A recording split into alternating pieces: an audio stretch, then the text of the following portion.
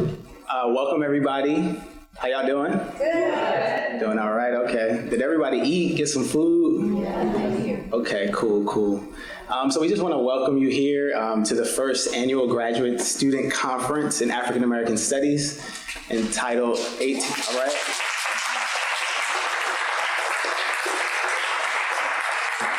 Entitled 1800 and More, Mourning the Needy Dead in the Chaos of Protest. Before we sort of invite Professor Glaude up to give some remarks, Heath and I just wanted to welcome you all here and just provide a little bit of the groundwork to what will hopefully be a really amazing couple of days. But first I want to tell a quick story. So I met Heath at my first protest. It was December 9th, 2011. Mumia Abu Jamal, whose voice I had heard just 2 weeks earlier than that, had been taken off death row and given a life sentence in its place. A motley of activists, students, former Panthers, MOVE members, scholars, and Black kids from the north side of Philly came together to celebrate life and to refuse to let death have the last word. Heath and I were both getting our masters across the yard at the seminary. And over the years, we've learned together, we've grown together, challenged each other in and out of the classroom, we protested, broke bread over a lot of jazz, and we analyzed every Kendrick album since Section 80. And it's in that spirit of friendship and struggle that we organized this conference. And we hope it can be a space to mourn and to dream and to build community and to think carefully, not only about the deathly conditions we must fight every single day, but also about what kind of life we want to fight for.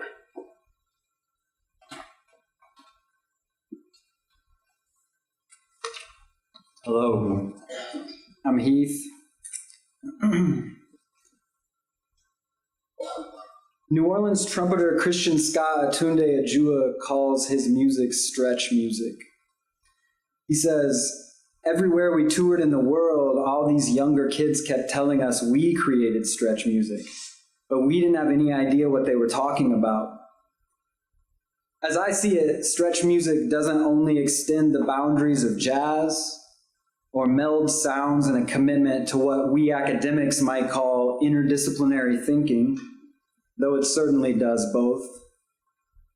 Stretch music, most importantly, invites the listener to stretch out, to pause what you should know or what you've come to expect, and to stretch your ears to the music, to stretch your soul to the vibrations created when material struggle meets New Orleans jazz, meets futuristic creativity, meets collective celebration, meets, to quote Christian Scott again, motherfuckers playing in their neighborhoods. Stretch music is not a genre to be picked up and put down, to be entered and exited. It's a way of being in the world. It's a creative and expansive way of being that is invitational, that enters into unfamiliar spaces with others, and that sits firmly within and at times honors and remembers the tradition, but strictly refuses to legalistically enforce or duplicate tradition's definitions and boundaries. We see this conference as stretch.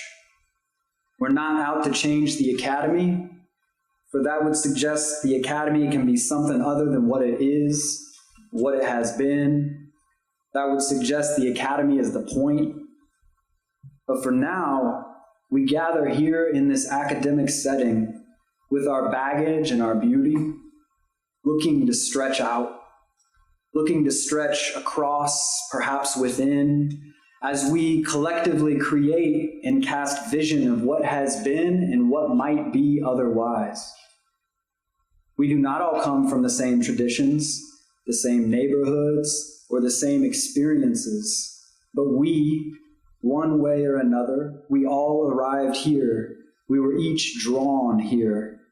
It is no small event that 1800 and more is happening in a place that didn't admit women or people of color only a handful of decades ago. Happening in a place whose administration desperately clings to the memorialization of past racists like Woodrow Wilson.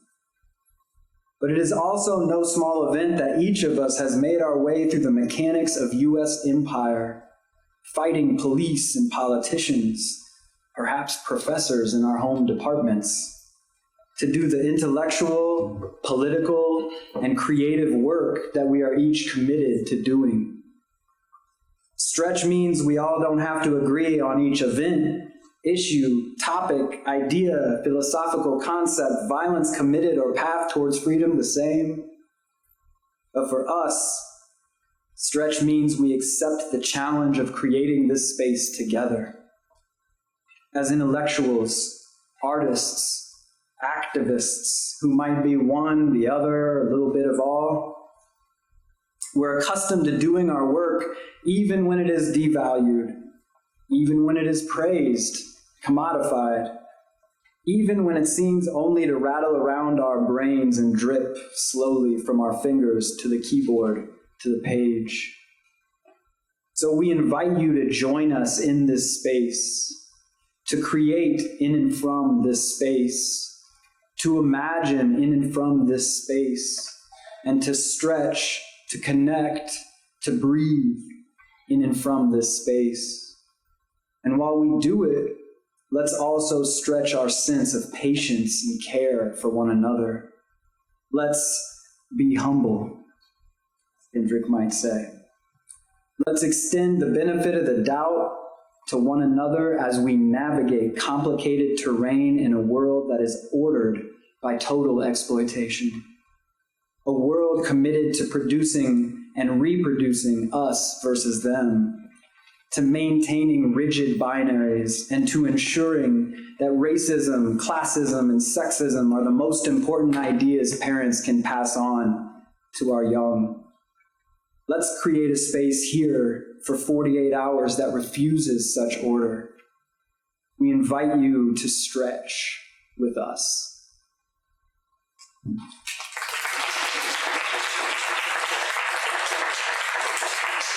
So at this time, we would like to introduce our professor, our teacher, our coach, and also our friend and author of Democracy in Black, How Race Still Enslaves the American Soul, and chair of the newly minted African American Studies Department here at Princeton University, Eddie S. Glaude Jr. Please help me welcome him.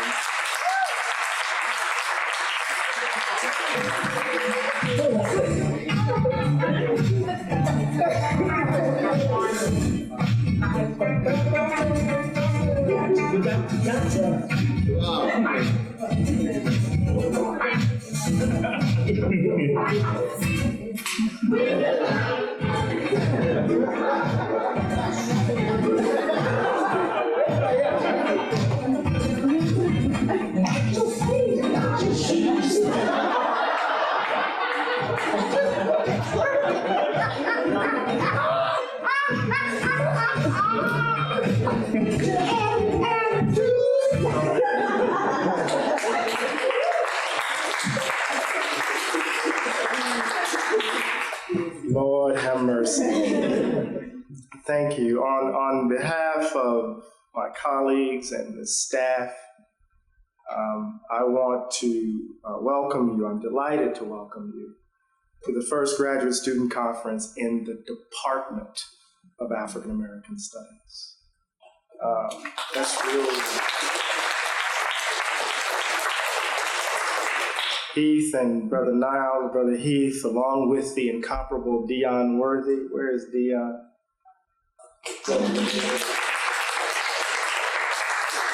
They've done an amazing job in gathering an extraordinary group of scholars to reflect on the darkness and possibility of our times. I mean, it's indicative of the kind of scholarly and intellectual energy we have in this space.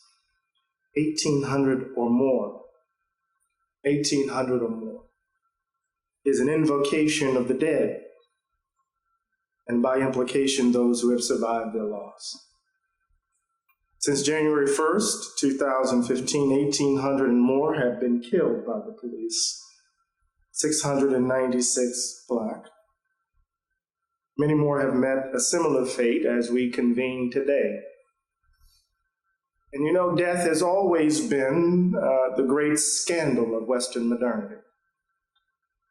Grand corrector, as Eric Vogelin put it, of futuristic dreams.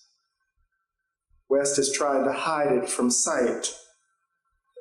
Wakes have moved out of homes and cemeteries have been relocated far from the center of town. But the presence of death, for some at least, is intimate, deeply felt, ironically lived. As the organizers put it, quote, police brutality is only the tip of the iceberg. Water, education, housing, prisons, the systematic devaluing of Black life has been and continues to be foundational to the socio-political ordering of the United States, end quote. Now, I want to say that invocation has a special resonance here. It is a response to a certain kind of law, say Sheldon Wolin would call it a recalling that entails recognition that something irreplaceable has gone, and that we in our world are irreparably diminished by that fact. The memory of loss reminds us of the bodies and broken souls that lie beneath our cherished form of life, what William James would describe as the bitterness permanently at the bottom of the cup. And this rememory, as Toni Morrison describes, holds at arm's length any illusions that we are somehow better than we actually are. That recognition becomes the ground for reaching for higher excellences. And in great pain and terror, you hear that Mississippi accent? As in great pain and terror, we stand up to our noses in the losses, mourning with others, in order to disclose amid the extraordinary transformations wrought by Black struggle, the daunting challenge of how we must work through the reality of our mighty dead. What awaits on the other side is up to us. In between are the temptations of the bribe, of the lure of markets, of the comfort of self-interested forgetting, as well as the beauty of everyday struggle for a better world. So let's do some of that work over the next 2 days together, thinking as a mode of experiencing the world, as Joyce's Stephen would say. Thinking and acting at the pitch of passion together. So welcome.